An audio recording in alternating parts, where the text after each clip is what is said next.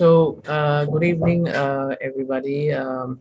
This is our second session on studies abroad and for going for a PhD abroad. In my last webinar, we talked about and we gave an overview of where and how to pursue a PhD, the ambitions and the passion that requires to choose a project, a supervisor. We gave you a direction how you can approach in different ways to starting a PhD and countries and what it all takes in terms of funding and projects and previous experience and application. So now we're breaking our webinar into individual topics. So today we'll go a little deeper into which countries to go for. And before we move on with the webinar, I would like to introduce you to what we're doing at Leverage. So we are India's most trusted university admission platform service for studying abroad. If you're planning to study abroad and wish to start your international study journey, then feel free to reach out to us. We at Leverage help you to reach your dream study abroad destination. And if you are confused about how to apply for a university abroad, where and how to, we can help you. Apart from this, we guide you throughout the application process, which includes creating SOPs and other documents and preparing you for interviews as well. And we also help you with scholarship, loan, and other related queries. So you can reach us to leverageedu.com and avail the benefits of our university admission services. And students with interest to PhD can also get in touch with us and how to decide to choose a PhD program, PhD geography institute, where it is going to be affordable, where and how to develop that interest in PhD, how to decide that this is the right research area I am into. And so let's start today's webinar on where should you be, aiming for a PhD. So which country, which geography. See, this is again, case to case dependent. It is also depending on the program and your research interests. But there are very popular countries based on the kind of research and kind of facilities and the reputation and the kind of funding that is invested in these universities in these countries. For example, to start with, United States is a very popular destination for STEM and other research areas. Naming the universities like Harvard, Stanford, you go to UCLA, Cornell, Caltech, and then for different research areas, there are different universities that students wish to get enrolled into because of the quality of research and the quality of faculties and the kind of research and a lot of noble work that goes into, and people winning Nobel Prize in their subjects. Are they part of these competitive places in these universities that I just named a few? Apart from that, there are pretty much large number of options to option of universities to choose from, where you can start connecting with the research groups or scientists who are working on a pressing problem in your area, whether it's in biology or chemistry or in neuroscience, or whether it's in engineering or mathematical science or computational biology or data science. Some of the courses that are really popular and people want to pursue research nowadays, also like machine learning, AI.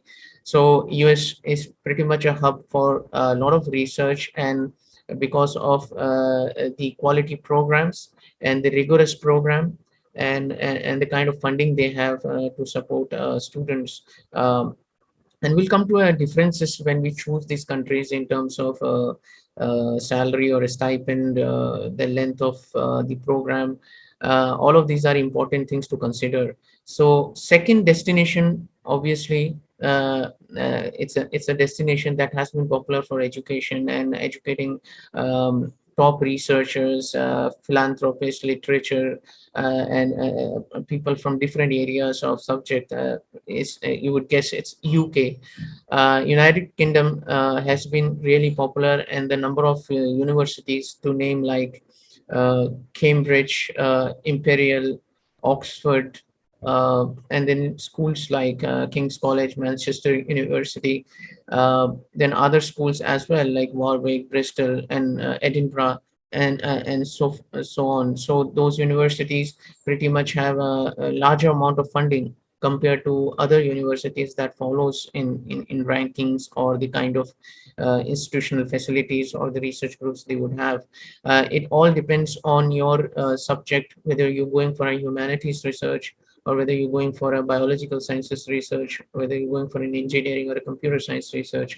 UK is quite popular, and these places are also very competitive. So in the next sessions, over the next sessions, we will also understand if we choose a particular geography, in that particular geography, how to approach these universities, how competitive they are, what is the intake, and generally bare minimum fulfilling the criteria of application is not enough in these universities, the top 10 universities in the UK or top 15, because it takes a lot to be enrolled in a program or a position of a PhD, where they expect you to have an advanced knowledge in your subject, because it's a penultimate degree that has to do with a novel research, and that has to do with dissemination of your research. So it requires prior skills in a lot of the other areas that we will also go in other sessions, where we'll talk how the application should be and how to build yourself for a PhD application abroad.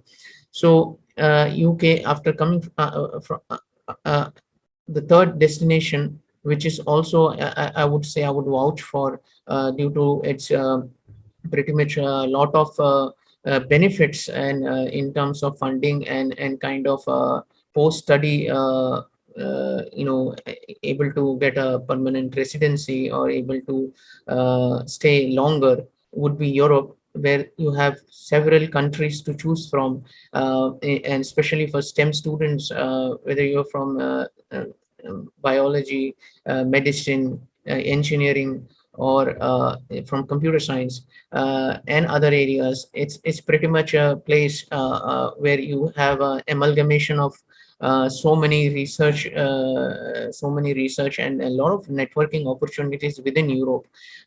You could choose from popular countries like France, Germany, Netherlands, and some other countries like Austria. Uh, and if you go into the Norwegian region, you can choose from Denmark, Sweden, Norway, and also other countries in other sides of Europe like Italy, Spain.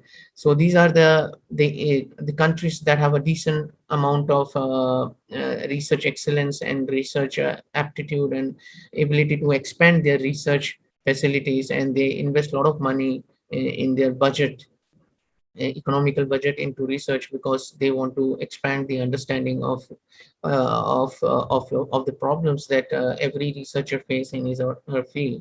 So if you're going for biological sciences, Germany, France, Switzerland, Netherlands would be the countries that you would have to choose, because of the number of excellent institutions that are there in Germany, France, Switzerland, and other countries as well. So if you pick up Germany and France and Netherlands, they are quite economically driven to produce a lot of researchers annually. So they will have a lot of funding going into different kinds of research.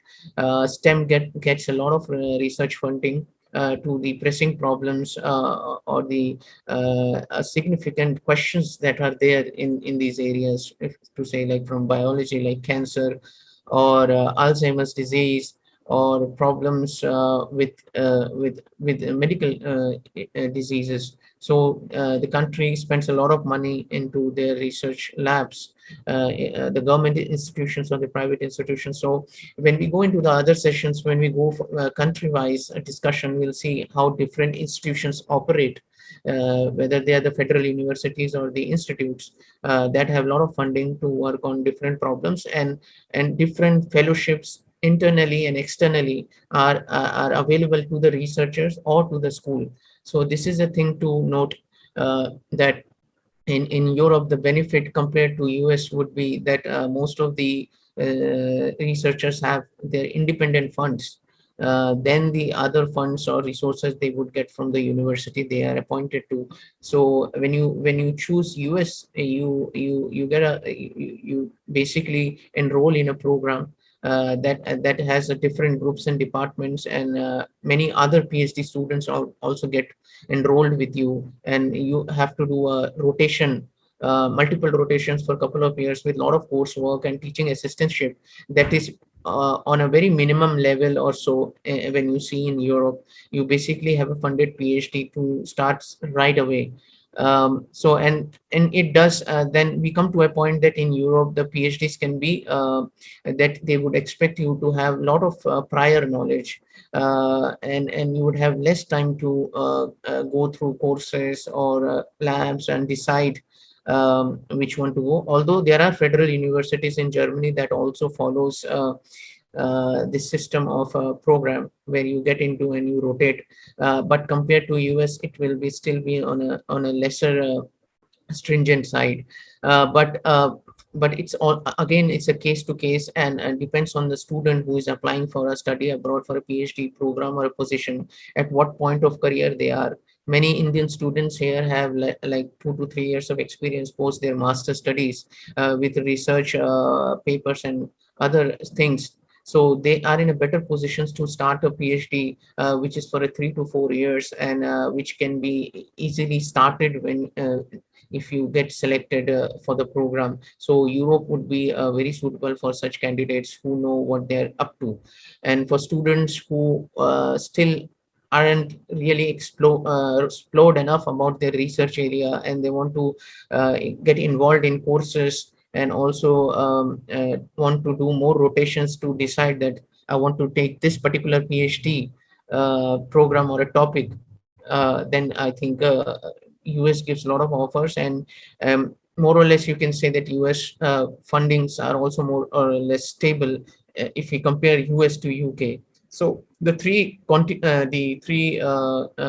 countries that we have been talking about are quite popular, but we always have to see, it's a case to case, and it is an individual decision, that which country to choose and where to go, and how much funding I have, how much resources, how big is the lab, how small is the lab, and what are the opportunities in terms of research assistance and other things in the program and post program.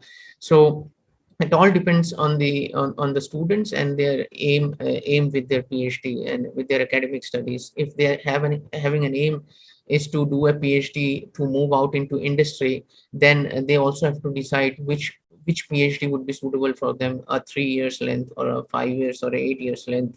And people who want to get completely immersed into academia, they then they can decide similarly whether they would choose a lengthy program or a shorter program. But in Europe, you have more possibilities to move back and forth while you are networking, or when you are appointed as a researcher. You are able to network with a lot of scientists in one of your project, and you get a possibility to move into different countries for presentation, for networking, and for a cross collaborative projects. So you have more than one country as your as your stay back option. Like if you get a residence permit, or you go as a on a residence permit, you're able to move into different countries in US, in the Europe. So if you get a researcher position in Germany, you can move into other country to have a short research project or an exchange. That is possible, and you get to network with different scientists and make your future chances for a postdoctoral studies or a or other higher academia studies pretty much easier when you have a lot of networking possibilities. So these three countries, apart from these three countries, US, UK, and Europe, and we will go individually into greater details in the next sessions. We also have a lot of opportunities to do PhD in Australia, New Zealand, Singapore. Uh, Singapore, where I have been for many years. I have experienced the growth NTU and NUS has done in terms of building up their research excellence and kind of funding they put into, and a kind of hiring of top faculties from all over the world, so that they can work on pressing problems in biology, engineering, computer science, chemical sciences, and a lot of new techniques and innovations and advancements uh, comes to NUS and NTU, because they are more than ever connected, more than before. They are connected really better with rest of the world-class universities at US or in Europe. So these are also the other countries that has a lot of opportunities to pursue your PhD in. Some of the things that students would have as questions, it all again depends on their course, whether you are going for a biological sciences PhD or a PhD in English literature, or a PhD in engineering sciences, or a PhD in AI. So you will have to decide on which country has a better program for you and better resources or research lab that really connects with you. So in each of these countries, whichever you choose from, you go through in the next sessions, we'll definitely choose a country and discuss more about which countries have which universities, and which universities have a process, and how different are they across the different universities. So the top 10 universities in US would have a different way to approach, and starting from the very important thing that one student does is to approach the researchers, to writing to the academic professors that they have an interest in the PhD. So starting from this particular document that is a part of an application, we will discuss during our sessions on applications for PhD. This is the first thing that one does, and there is a difference in approaching a professor at Stanford, Harvard, than a professor at other universities. So there's a lot of things that we go in when we choose a place and a college or a university or a program, that how do we approach the faculty, what is our previous experience, what is the stipend, and where am I moving to, which city, which state am I moving to. All of these things also do play a part, but most of it is your research acumen and your ability to understand that you would be able to handle the research project, or that 5 years rigorous program where you have very little to explore other things that as a student you aspire to, when you're moving to a new country abroad. But in Europe, if you compare, you have a pretty much relaxed uh, program structure, or you get more little more time to explore out of your academia, to network, and also to have a spare time to do other activities that you may wish to when you explore a different country, in terms of pursuing some other courses, or getting to know the language better. So US programs can be really competitive, but in terms of funding, compared to UK, US can have a better stable funding. And when you compare to Europe, Europe gives you a lot of opportunities as you go on a research scholar, or you go as a researcher and you are an employed researcher, compared to when you go as on a stipend as a student in UK and US. So Europe gives you more country options. Europe gives you more research project options. It gives you more funding options. So that's a pretty much lucrative destination to approach. And this webinar, and I hope that information we have just disseminated will help students who have really this pressing query across Quora and others. If you Google where to do a PhD, uh, it's all about your research acumen and your research project, and the research groups that you're approaching, or the programs you're approaching, how competitive and how easy is to crack into those programs. So all of the other things that is part of the application will be covering in other sessions. But this has been a very curious question across Quora that thousands of students or researchers ask, where to do their PhD abroad, whether in the US, UK, or EU. So one of the bottom line is to get understanding of your research, to obviously look at in these countries, and decide, um, for decide on the basis of other benefits and things you get as a student. So in Europe, if you think that you like the research project, you like the research group, you do get a lot of benefits in terms of, as a researcher, you go as an tax paid researcher, and you also get other benefits of medical and health insurance and other things that is covered during your PhD. That is, you get a lot of things compared to what you would be getting in UK, US.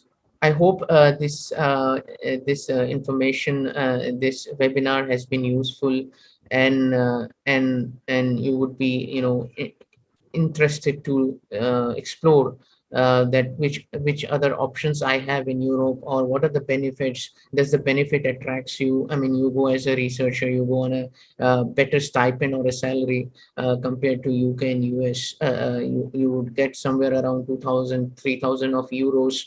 That also excluding the other benefits that you get in a research lab, or in a university, or in a research group or a program in Europe. You get a lot of health insurance and other things that comes in as well. So I think students, after watching this webinar and listening, should be able to explore those countries in Europe and Australia, New Zealand, Singapore, where you also are able to, many students are able to start as a research assistant, or a project associate. That's a position that Singapore, Australia, that provides, and some of the countries in Europe that provides to the students who have just graduated. So to understand better what are their skill sets and how well they can adjust to a research lab. So these positions gives you a full ample amount of time, like you're contracted as a researcher.